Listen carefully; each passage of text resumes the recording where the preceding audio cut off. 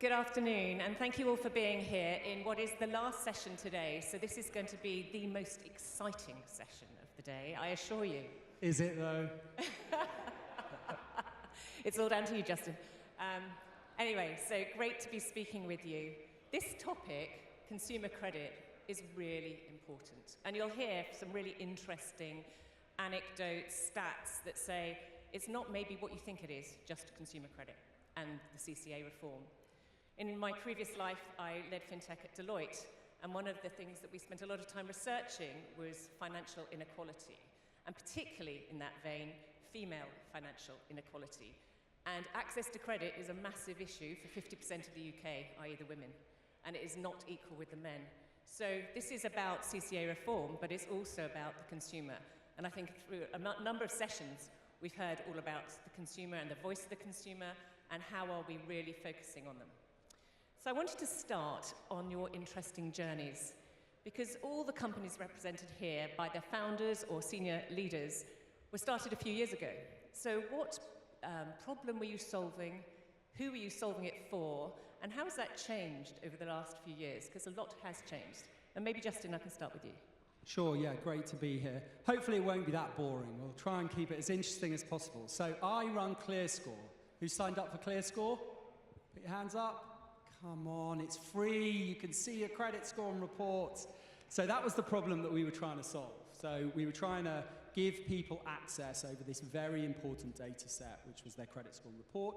I thought it was a real swizz that companies like Experian were charging us to see our own data. And so we thought that we could put a credit marketplace business on top of it and make it all free. And that's what we've done. And we now have 25 million users around the world, 5 markets. And I think the problem has changed much more now into, instead of giving access, what we really do now is empower consumers with a much broader set of data and allow them to arbitrage that in the market to get better offers of credit. So we now have 2.5 million people who've given us open banking permissions. I know 4 million people's employment records, right? And we apply all of that data into those lending decisions so that hopefully, exactly as you say, financial inclusion, we can give more people access to the credit at the right prices for them. Brilliant. Dan, Klarna's story. So yeah, Klarna was started in 2005, and the original idea for Klarna was, if you sort of take yourself back to 2005, e-commerce in Sweden was in its early stages, and the problem we were trying to overcome was, I don't know who this person who runs Amazon.es, or SE, sorry, is, and whether I want to give them my credit card details. And so the idea for Klarna was, well, you could pay by invoice, so you would receive your books and then release the funds. So that was the original conception. Now, since then, it's grown, obviously, both in terms of numbers, so 100 million consumers, 26 countries, sort of close to 700,000 retailers now, and a lot more products on top of that. And the big thing that I think has changed for us is, in the beginning, it was really putting an offline process online, and that included a lot of the not so healthy aspects of the traditional financial services industry, like revolving credit, like kind of high late fees and all that kind of stuff. Since then, what we've realized is that, you know, as technology sort of eats financial services, it's becoming a lot easier for you to A, know whether you're getting the best deal from your bank or not, and B, do something about it when you're not. And so our theory of growth is that in the digital world, people will gravitate towards the most trusted provider. So we got rid of lots of fees from our business. We've completely got rid of revolving credit. So we used to offer that. We took that. It was a very profitable business, but we'd taken it away because we don't see that long term as part of our business model.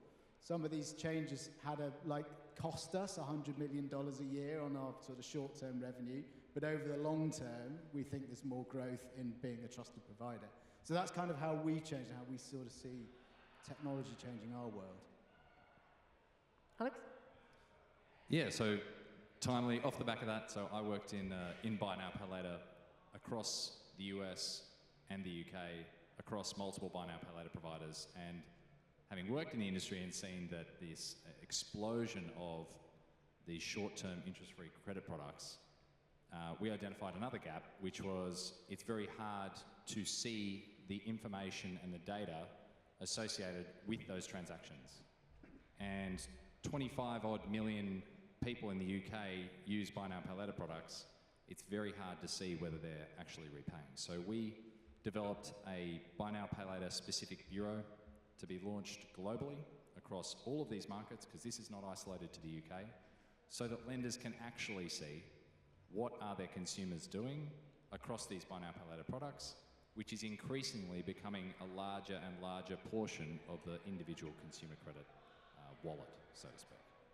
And you were saying earlier about the frequency of use of buy now, pay later. Yeah. Share that story. So we have, we're live in, we're in the midst of getting live in a few markets, and we can see a bit of data already. And there's, people I think underestimate just how frequently these products are used. And there's one consumer, I won't name the country for GDPR purposes, but has used the product 223 times across a 6-month period, and has only been late on an individual instalment more than 3 days 4 times. So they've been late only 3 times. That's a lot of installments across 223 that are split over 3 or 4 installments each. That's a lot of installments to keep track of. This is an incredibly responsible person when it comes to managing their buy now, pay later wallet. That information is not available to see. So if that person wants to go and apply for a credit card, and they don't already have a credit card or any type of traditional credit, that information is invisible. And Portman, your name, probably, not your name, but WageStream, slightly belies where WageStream started and where it is now. Can you tell your story? Sure. So we started just because there's this really messed up thing in the world called pay cycles, which is that everybody that's working is giving an interest-free loan to their employer every single day until they get paid. And it's kind of really messed up if you think about it.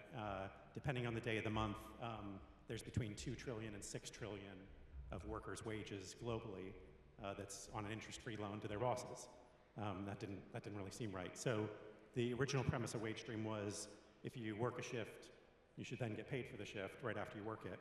It's how the Romans did it. I see we're over like some old Roman something or other. They got paid in salt. He's American. Yeah, I don't know about these other things, these other countries. But so that was the original premise, like really simple and straightforward. Let's just get people paid as soon as they've worked. That was 7 years ago. Fast forward to today, I have to explain the business in more words because it's more complicated. So we're a financial platform for frontline workers. So we still serve the same audience, the kind of hourly frontline worker in healthcare, retail, hospitality, but we now give them not only real-time payroll, we give them high interest, high yield savings, budgeting, coaching, financial guidance, installment loans, and maybe some other stuff that I'll tease at the end of this. Perfect, thank you. This session is about unlocking the further opportunity here. And I'd like to maybe start again with you, Justin, on what is that opportunity around using technology differently, changing regulations, CCA reform? How do you see this opportunity and what needs to happen? Sure, yeah, I mean, look, the CCA is exactly almost to 6 weeks as old as I am. So how old do you think I am? What? 20, God, I love you, thank you so much. 50 years old, Consumer Credit Act, 31st of July, 1974, it was voted in. And so, look, it needs reform, right? And if you think about what credit was like 50 years ago, I mean, it is a long, long, long time ago. Think about banking, think about technology. It really didn't exist in 1974. And so, fast track to where we are now, and what you have is you have much more consumer empowerment, you have much more technology, and you have much more connected data assets. And so really the opportunity now, I think, for the UK, for the government, for all of us, is to start to unlock a lot of the innovation that we have seen actually come out of the market over the last 10 years. So when I set ClearScore up in 2015, 75% of people who visited ClearScore saw a credit product. Today, that's 50%. And that's basically because of financial exclusion, high-cost short terms gone, guarantors gone, the demonization of higher rate interest loans, And that means that there are a lot of people who struggle to borrow money when they need it. Now, there are great products like Buy Now, Pay Later stepping in, but they are relatively small amounts, right? And so what I really hope now is that we can use the reinvention of the Consumer Credit Act, technology, brand trust, to actually start to bring back some of those products and start to create an environment where consumers can get the credit that they deserve, and we can use all of the technology that we have to actually make sure that the market is fairer. And I think if we can do that, that will be great for consumers, it will be great for fintech and our industry, and it will be great for the UK. You about to say something, Portman, sorry. You breathed in. No, rah. Excellent. We've heard a lot today about AI. Can I ask somebody else to pick up on where you see the use of AI in this market and how? Yeah, I can. So we very much see a massive opportunity for AI, and it kind of links to what I was saying earlier. So Sebastian, our co-founder, has this vision that one day your phone will buzz and it'll say, it's worked out that it can save you £5 a month on your mortgage, and all you have to do is press this button here, and it'll do everything for you. Now, he had that sort of was a kind of guiding vision that he came up with in 2015. Like, before ChatGPT launched, that felt a long way away. Now that feels a lot closer, right? So, like, AI agents being able to do all of that for you, we definitely see accelerating this trend towards much more transparent financial services, which is going to squeeze the margins of the traditional players, but will be much better for consumers. Thank you.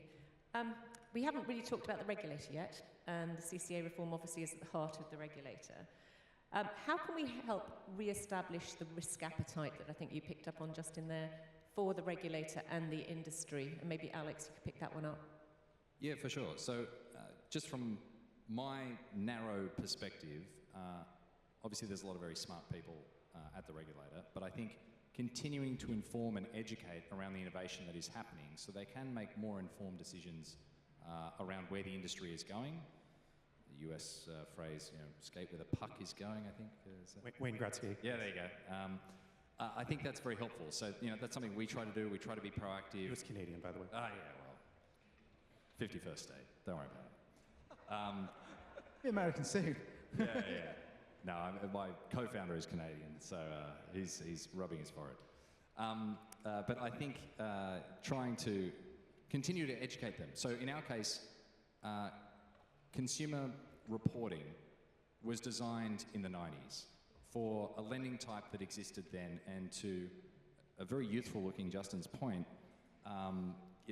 these things unfortunately aren't keeping up with today's innovation. So educating them around innovation, and I think if they can understand what's available. So very specific example, real-time data streaming is something that we do every day with Netflix, with sports betting, with everything like that. There is no real reason why we can't have real-time data streaming in credit as well. There's no real reason from a technological perspective why you shouldn't know that 10 seconds ago I just applied for and got accepted for a loan.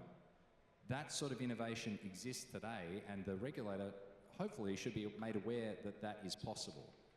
Then I think they've got some more tools and foresight to be able to have the right information to be able to regulate, and obviously I'm a big proponent for proportionate and outcomes-based regulation versus prescriptive regulation. So if you can set the objective, which is to protect consumers, you set the objective, which is to ensure that responsible decisions are being made and understand the technology that's there, I think that'll be a big step forward for these very smart people that are sitting at the FCA. Can I jump in on that and just tell a fun story? Because regulation it's super hard, and I'm very empathetic with the regulators because the law of unintended consequences just always kind of rears its head. So we actually, she's in the room. Emily ran this, our chief impact officer. We ran a really fun randomized controlled trial with Harvard and with a couple of our clients who probably shouldn't be named, but they're. One of them's a great healthcare company that rhymes with Schmoopa, and one's a great grocer that rhymes with Schmoop. And they're really wonderful partners in this study that I'm about to tell you about. So we try to get people to save, to build a habit of savings, because in our audience, we're 3 million people in the UK, and 80% of them don't have 6 months living expenses saved, or even 1 month, frankly. And so trying to get people to save from their paycheck. And so we did a randomized control trial where you split people, and one half sees the absolute regulatory compliant route with all the disclosures and the yada, yada, yada, right? And one of them sees a maybe slightly less regulatory compliant, but very clear and descriptive of here's what's going to happen. And, you know, so the regulation comes from a wonderful and noble place of protecting consumers, but the outcome is that the compliant journey had only 38% of people sign up to save, and they saved £5 million. And the non-compliant journey had 72%, and they saved £20 million. So, you know, the regulation is robbing half the people of their savings, which I know is not the intended consequence of disclosures, and, you know, FSCS protection has to be in a box, and the box has to be this many pixels wide. I mean, it's ridiculous. And so, you know, we're very grateful to those employers who took a little, you know, because that's a risky thing to do. Think about if you're an HR director at one of those two firms. But it really just goes to show how important it is to think about regulation, not just from like when you're writing it and saying, oh, this will be good, this will protect people, but to actually run some studies out in the wild and see what the impact is, because it can be massive. Can I add to that? So, because that's very related to a problem that we experienced in the whole process in buy now, pay later. For those who don't know, short-term interest-free credit is not regulated. There's a process to regulate it, right? So, and one of the things that's happened, and that I think happens here, is like all of those information fields, as you say, they're defined in but they're defined in kind of in primary legislation, which, you know, our elected representatives need to debate and decide on what should be in this box or not. I mean, I'm exaggerating slightly to make the point, but we've seen the same on the credit side. And what I think part of the problem with regulation being slow is structural. That there should be less that's in the primary legislation, and we should give more. I think people are like, we should give more discretion to the FCA to be able to make some of these decisions and adjust things on the fly as they see new data from people like WageStream. Oh, right, actually, there's a better way to do that. And then they can just adjust them on the fly. And so the challenge that we've had in the buy now, pay later space, like on the 2nd of February 2021, the FCA declared that it was urgent to regulate buy now, pay later. Now that's 1,547 days ago. I looked it up this morning. And it's not even got to the FCA yet. Like, the FCA's not even, I mean, they're working on it, but it's not yet at the stage where the government's handed it over, because there's been so much toing and froing over this stuff, which they really should be able to move it to the FCA much more quickly. And, like, you know, if you think it takes 5 years to regulate buy now, pay later, that's like 1/10 of the time that we've had the Consumer Credit Act in existence, and that's old, and, you know, obviously not that old, but, you know. But, you know, Sweet, like, thank you, for thank you, 1/10 of that time. This is all anybody's I'm just loving this. All anybody's going to You and remember I is are not Justin far Bassini off. is 50 years old. Thank you. So we need to structurally, like, work out the structure of regulation and legislation, so that and where the dividing line sits, so that actually the FCA is allowed to be much more proactive and adaptive to changes.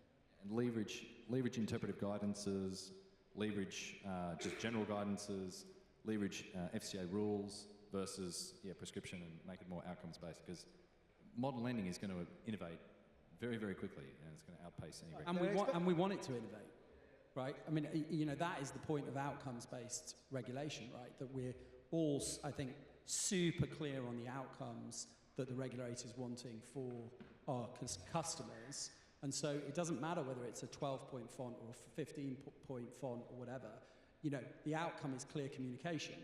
So let's focus on that rather than all of these rules. 100%. Great. So output-based regulation is absolutely the request from this stage. With huge respect for our regulators, there's also the role of the FOS. And I know, Justin, you've got some thoughts on that and how... Well, I mean, the FOS is, you know, has been a very difficult thing for the lending industry. And a lot of what I talked about with, 75% of people going to 50% is a lot to do with the FOS playing a sort of pseudo-regulatory role when they shouldn't really be doing that. And just the incentives are completely wrong, with lenders having to historically pay for every case that went, and claims management companies not having to pay anything. And so you see all of those incentives misaligned. What it creates is it creates an environment where the UK basically becomes uninvestable. So there is literally billions of pounds sitting on the sidelines wanting to invest in the UK for lending.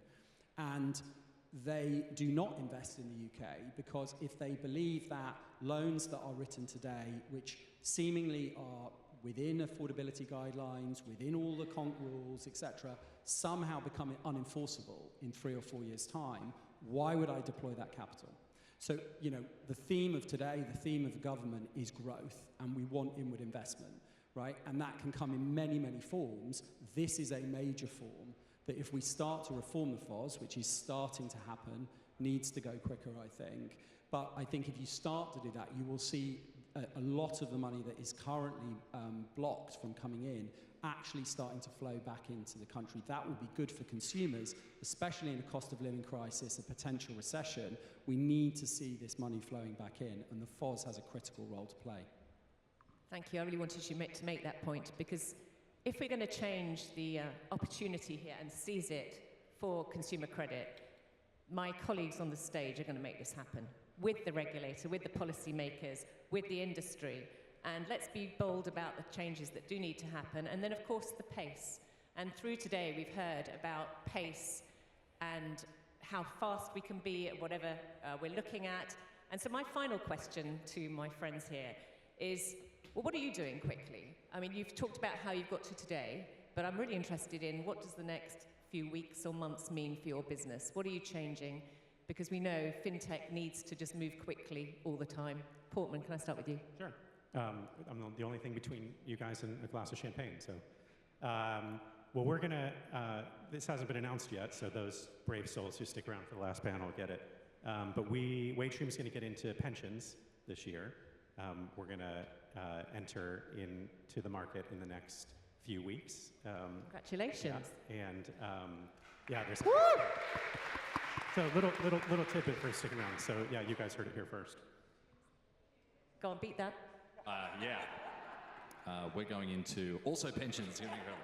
No, we announced our launch into the Netherlands, which is very exciting. We're currently conducting a market study with a number of buy now, pay later providers in another European country, and hopefully we'll be launching in the UK very soon, which we're very excited about. We have one goal, and that is really just to consolidate buy now, pay later information to make it easy for lenders. That's our immediate focus. That's what we'll be doing. Fabulous, thank you. Dan?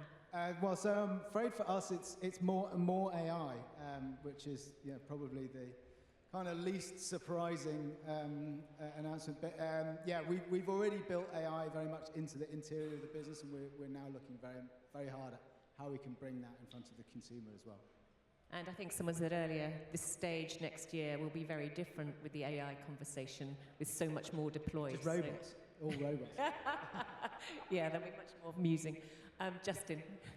Well, we just bought a business called Arrow Finance, and so we've made the strategic decision to essentially embed the ClearScore marketplace everywhere. So we're launching a business called ClearScore Everywhere.